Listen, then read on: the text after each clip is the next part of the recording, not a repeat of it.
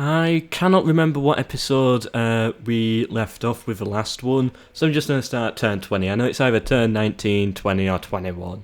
But either way, Denmark has completely destroyed the HRE, the Holy Roman Empire. I made a mistake in the last one. I said the HRE was controlled by your Total War Master. That was my mistake. Your Total War Master, the guy who wins all of them, he was playing Denmark. That was my mistake there, so he hasn't been destroyed. He is actually the one dominating right now.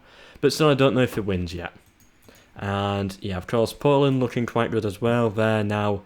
Oh no, this is the Teutonic Order, sorry. The Teutonic Order is the one in white, and they're making a push on Denmark. Gonna take Görlitz here, then probably move up to Potsdam and all that.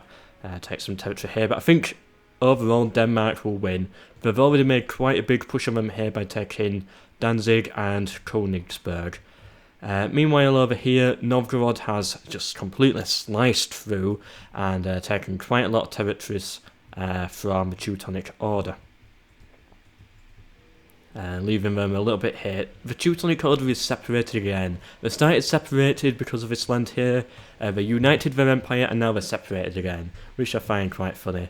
And then you've got Lithuania down here, the Mongols down here and Poland down here. They're dead. They stand no chance. This is the last episode. There's 8 turns left to go. I don't know who's going to really win. It's either going to be Denmark or Novgorod in my opinion. Teutonic Order might have a chance to come back, but they've lost a lot of land very quickly, so I doubt it.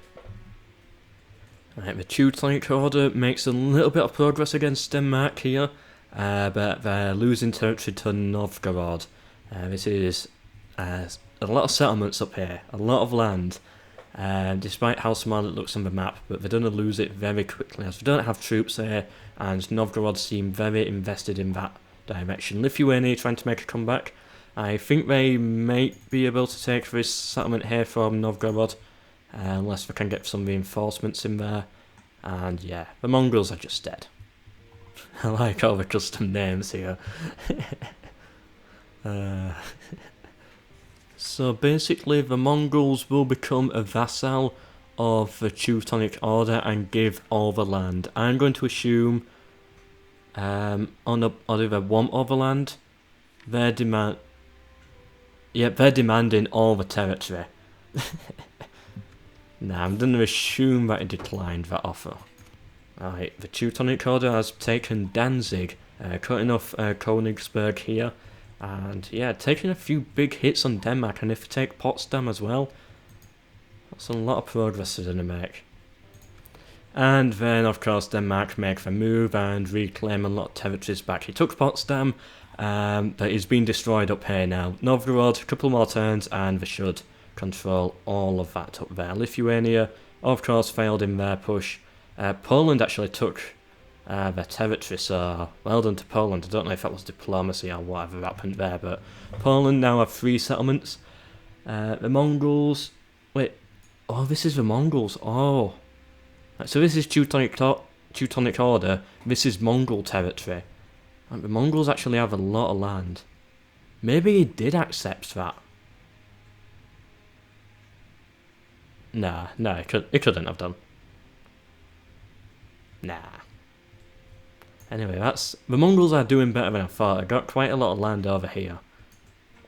And just like that, next turn, Teutonic Order dead. We've lost these 2 settlements here. Denmark expanded very quickly on them. The Mongols took Stettin. They've got New Stettin here and however you pronounce that left. But yeah, next, I think they've got one more turn. Mongols have taken this from Poland here. And yeah, I think Poland's dead next turn. So surprisingly, the Mongols look like they're about to outlive the Teutonic Order, which I definitely did not expect to happen at all. I'm not screaming, I'm just about to ask. Are Novgorod and Denmark at war? No, they're neutral. No war, no alliance. Okay. Both those Polish settlements have fallen and they've got 1 turn left. 1 settlement left. Teutonic Order also down to 1 final settlement. War has got to break out between Denmark and and Novgorod soon, I think. Hopefully it does. Who is actually leading between the two? I think it's fair to have a quick little look now. So let's get Denmark and Novgorod in here. Oh, the tie overall. Military, production, and territory will be what decides it. Denmark are leading with territory. So that's what will decide it if it comes to it. Well, they have trade rights with Denmark. They are allied. We had a separate rule in this hot seat, which I've only just remembered. Factions can team with other factions, so it is possible, for example, that Denmark and Novgorod can say that they're on the same team and have, like, their team won, like a team of two sort of thing. And I believe this is what happened here. I believe they're going to share victory, because there's only 2 turns left. And I don't think they're going to fight anytime soon. And I don't think 2 turns is enough for them to actually destroy each other. Denmark control the seas. For the most part. Just something I was going to point out there. Yeah, clearly does not trust Novgorod. They've got boats everywhere. Just taking a little peek, make sure everything's okay. And here we are at the final turn. Yes, they are both allied, of course, which means they both won this campaign. And as for the Mongols, I don't actually know. The actual final thing of whatever happened, who won this, will be linked down below in the description or in the comment section. Because it has been a weird ending. I think these two decided to be on the same team. Whether the Mongols were involved with that? No, I don't think they were. I think the Mongol player just surrendered. Because Mongols, I don't think they stand a chance versus an alliance of Denmark and Novgorod. Even in a free-for-all, I don't think they stand a chance. But on their own, definitely not. Anyway, hope you've enjoyed this series. And yeah, that's everything.